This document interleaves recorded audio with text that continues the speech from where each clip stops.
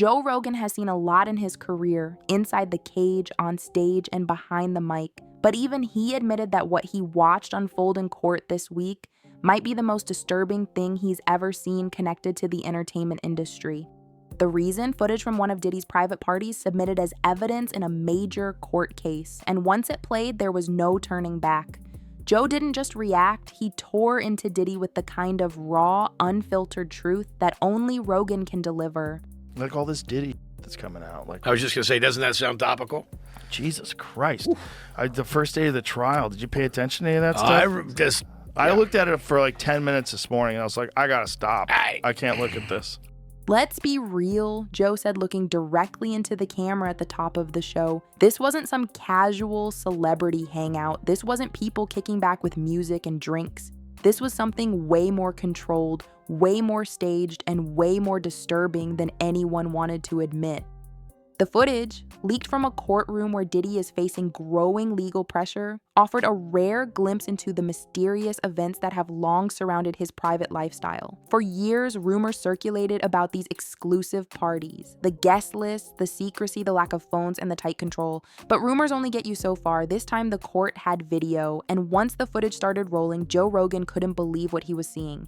I'll watch it once and you think, oh, it's just a party, Joe said, but look closer. Nobody's laughing, nobody's relaxed, everyone's looking over their shoulder. That's not fun, that's surveillance. According to court transcripts, the footage was captured by internal security cameras, presumably installed for privacy, but now turned against the very person who ran the show.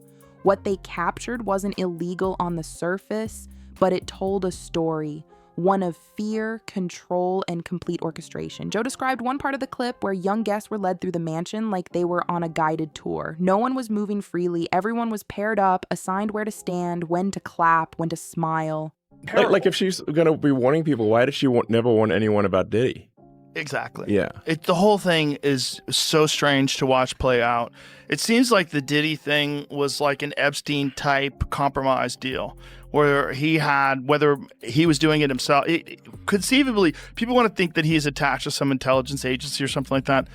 I think he's a gangster who made $1 billion and knew how to control people by compromising them. That's what I think. I mean, everybody hung with Diddy. That's the other tricky thing. Like, Diddy hung out with everybody. And I've spoken to a bunch of people who are like, yo, great dude, like always there for you, never asked for a single thing. Till 1 a.m. And then freak off. Everybody says, get out of the house. Yeah. It's like the gremlins start eating after midnight. He was filming everybody, right? That's the rumors. Yeah, I don't know that there's any proof or anything other than that. The thing is, like, we're getting the rumors from the internet, and the internet thinks that the Taliban took out that bridge in Baltimore. So it's like, who fucking knows? Who knows what's real? That's what Diddy's lawyers, I think, said. It was like that. These are just trumped up charges. Not trumped up. I don't think they said that, but like bullshit charges.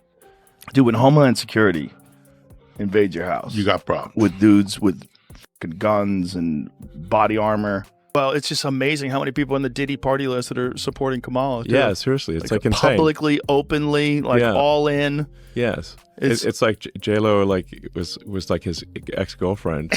and it's like now deciding she's like warning people against Trump. I'm like, well, wait a second. So how many people did she warn against Diddy? Right. Oh, 0. Okay. Right. Well, maybe we shouldn't trust her opinion.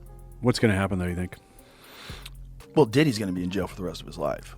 I think he's probably going to get. Think he's in a saying though? I don't know. I don't even think it matters. I mean, it's a lot of it is. But then it's just another Epstein. It's another Ghislaine Maxwell, where somebody gets indicted and nobody else indicted for trafficking kids to to no one. Rogan pointed to the body language of the attendees, stiff shoulders, nervous glances, people looking like they were waiting for instructions.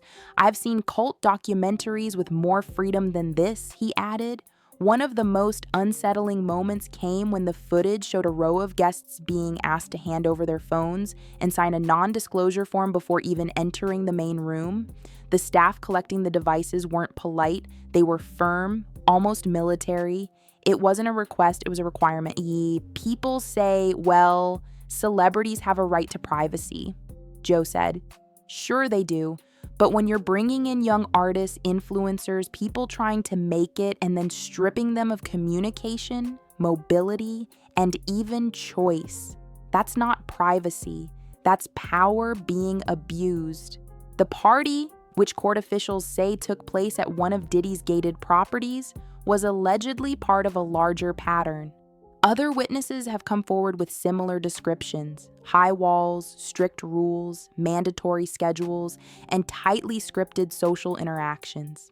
Joe read excerpts from several depositions filed in connection with the case. One guest claimed they weren't allowed to leave the property for over 24 hours. Another said they were told not to speak to certain people without permission. A third described feeling trapped after being driven to the location and realizing they weren't told exactly where they were going. It's not a party when people are scared to leave, Joe said. That's not entertainment, that's intimidation. Joe also turned his attention to Diddy's public image. For decades, Diddy has been seen as a flashy mogul, throwing the biggest events, launching artists, building brands. But behind the scenes, this footage paints a much colder picture. One where Diddy isn't hosting a celebration, he's running an operation. This is a guy who spent his whole career telling people he was about the culture, Joe said. But from the looks of it, he's been about control the whole time. Let's be real, Joe said, looking directly into the camera at the top of the show. This wasn't some casual celebrity hangout. This wasn't people kicking back with music and drinks. This was something way more controlled, way more staged, and way more disturbing than anyone wanted to admit. What shocked Joe the most was how long this behavior was allowed to go unchecked. You mean to tell me no one else saw this? No one in the industry ever thought this was strange? Come on, he said. This isn't one wild night, this is a pattern. Joe made a point to highlight how many big names in music, fashion, and entertainment had attended these events or collaborated with Diddy over the years. Where are they now? He asked. Are they still gonna act like they didn't notice anything off? Or are they going to step up and say, yeah, we saw it, we just didn't say anything? The backlash, even before the court case is finished, has already begun. A major fashion brand paused its partnership with Diddy. Several music streaming platforms quietly adjusted their playlists, removing his songs from certain featured categories. Fans online are calling for accountability, and some of Diddy's former collaborators are starting to distance themselves. Rogan wasn't surprised. The moment you see the truth, the shine fades, and what's left? A guy who built his legacy on fear and control, pretending he was throwing parties. Joe spent the final moments of the episode talking directly to the next generation of artists. If you're young, hungry, and trying to make it, remember this: no opportunity is worth your peace, no deal is worth your dignity. You don't owe these people anything just because they're famous or rich. Stay sharp, stay grounded, and don't let anyone put you in a box. He also announced that all ad revenue from the episode would go to organizations that provide legal aid to young creatives, giving them access to contract reviews, mental health support, and safe spaces to report misconduct. As the show came to a close, Joe left viewers with a final warning. We keep telling ourselves these people are untouchable, that no one can challenge the moguls, but all it takes is one camera, one courtroom, and one person to say, enough. This isn't about canceling Diddy. This is about exposing what was always there, and once you've seen the footage, you can't unsee it. In an industry built on illusion, the truth just made its grand entrance, and Joe Rogan made sure the world was paying attention.